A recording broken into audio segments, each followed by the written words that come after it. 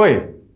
Hoje você vai conhecer um instrumento muito importante para conseguir qualidade em mecânica.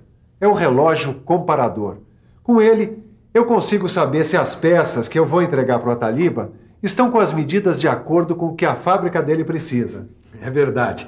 Eu vim buscar umas peças que o Ananias fabricou e vou aproveitar para dar uma olhada e ver como funciona esse relógio comparador. Você sabe, não é? Sempre que eu posso, eu gosto de aprender um pouco mais para progredir no meu trabalho. Nesta teleaula, você vai aprender a mexer com o relógio comparador para fazer as suas medições. E você ainda vai conhecer as diversas utilizações deste instrumento tão importante no dia a dia da mecânica. Se você está querendo acertar os ponteiros com as medições mais precisas, fique ligado, porque a nossa teleaula está começando.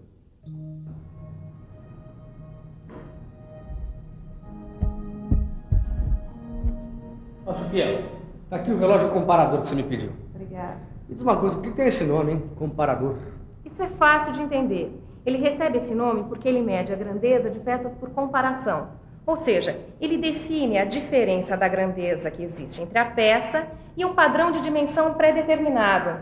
Daí o termo medição indireta. Mas então qual é a dimensão da peça medida?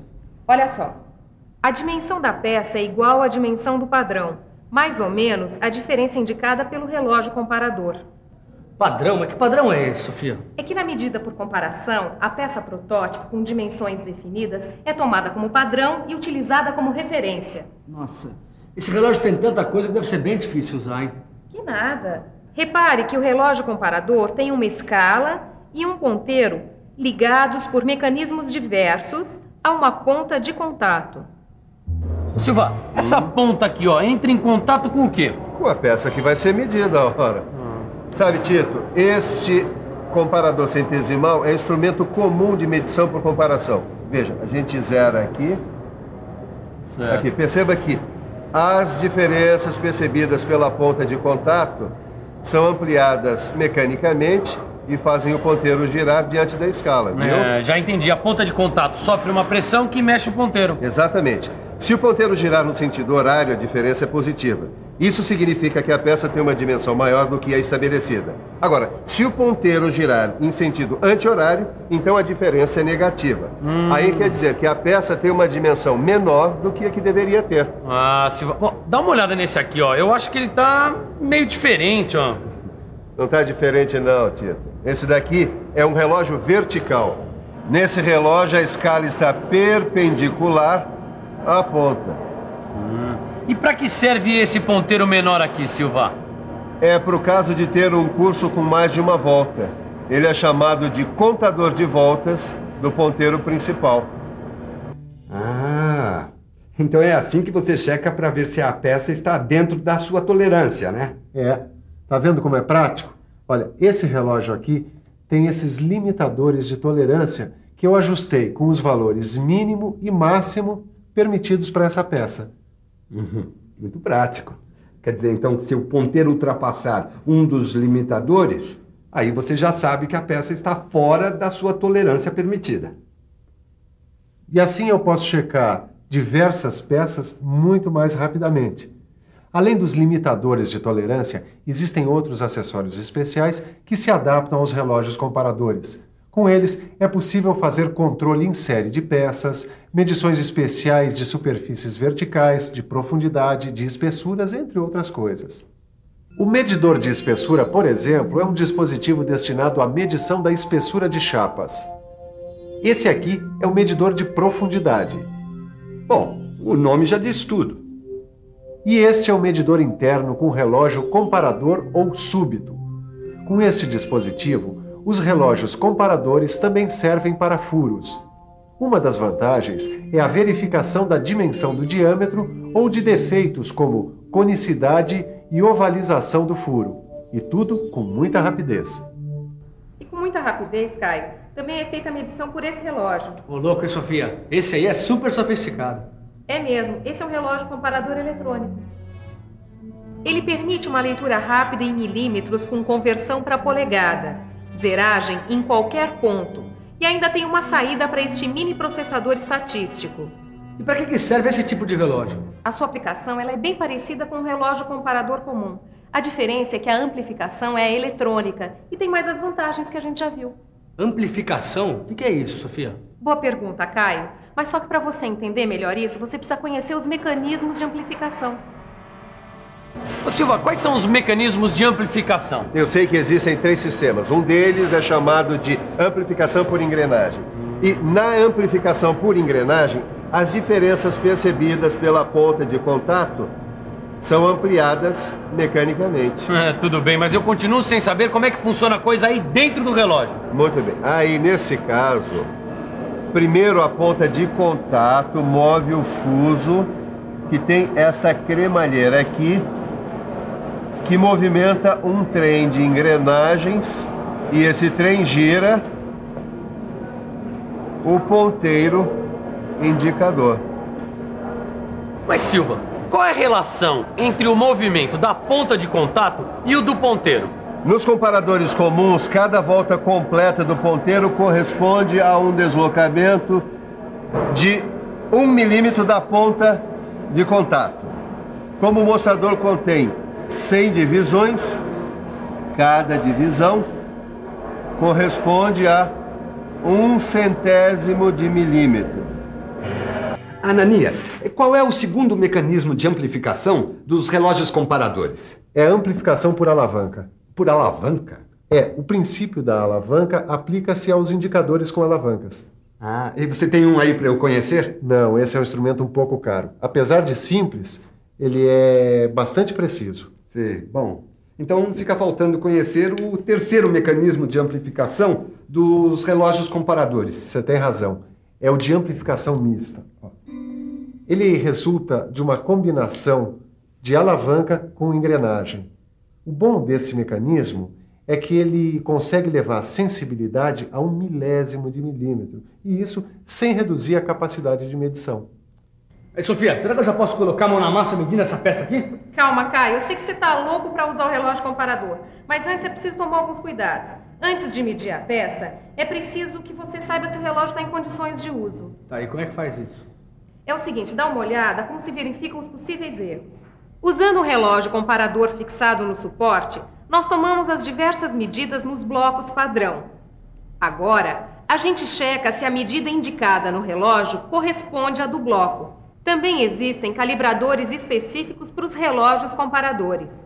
Antes de tocar na peça, o ponteiro do relógio comparador fica em uma posição anterior ao 0. Assim, ao iniciar uma medida, deve-se dar uma pré-carga para o ajuste do 0. E agora, para colocar a mão na massa, como você diz, só precisa saber quais são as aplicações dos relógios comparadores. Ah, isso eu sei. Peraí, só preciso pensar um pouco. Vamos pensar um pouco. Deixa eu ver. Bom, eu sei que uma aplicação importante dos relógios comparadores é a verificação do paralelismo.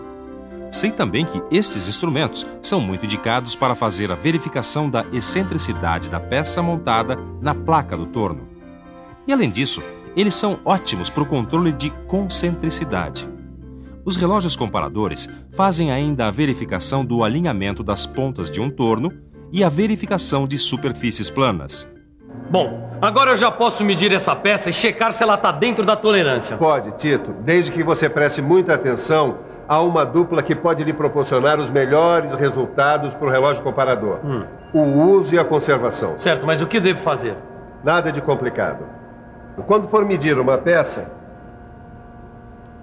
descer suavemente a ponta de contato. E só tirar a peça quando tiver levantado um pouco a ponta. O relógio deve estar sempre perpendicular à peça, para evitar os erros de medida.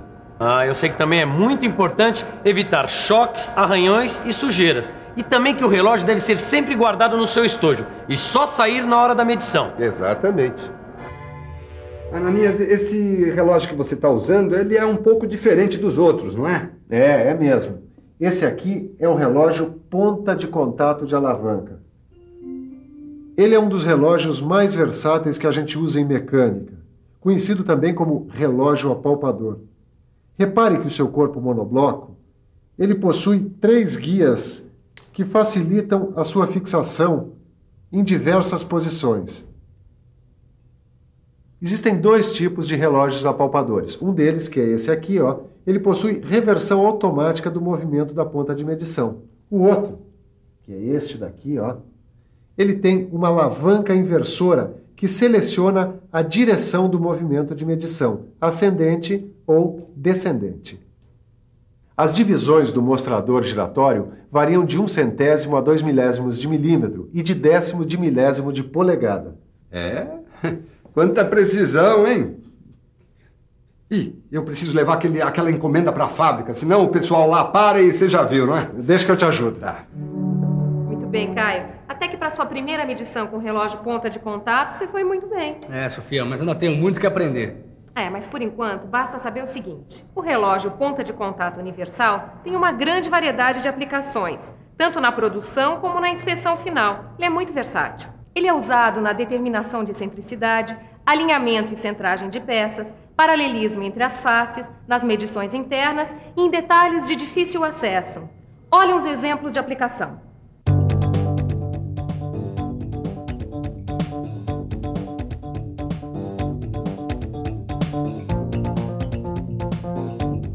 Bom, acho que por hoje chega, né? Vamos guardar o material e ficamos por aqui. Tá legal. Eu posso ajudar? Claro, e é bom mesmo, porque assim você já vai aprendendo os principais cuidados no uso e na conservação dos instrumentos. Tá, olha, algumas coisas eu até já sei. Por exemplo, evitar choques, arranhões, sujeira. Isso mesmo. Sei também que na hora de usar um instrumento é importante montá-lo rigidamente no seu suporte e descer suavemente a ponta de contato sobre a peça. Se for usar uma mesa magnética, verificar se o relógio é antimagnético. E na hora de guardar o instrumento, é preciso colocá-lo no seu estojo específico, certo? E por fim, fazer uma revisão, para não esquecer nada do que a gente acabou de aprender hoje. E atenção, se liga aí que é hora da revisão. Na teleaula de hoje, você conheceu os diversos tipos de relógio comparador. Conheceu suas diferentes aplicações. E ainda viu como funcionam os seus mecanismos de amplificação da medição. Agora é com você. Pratique os exercícios que estão no seu livro de estudos. Assim você nunca fica atrasado na matéria. Tchau. Tchau.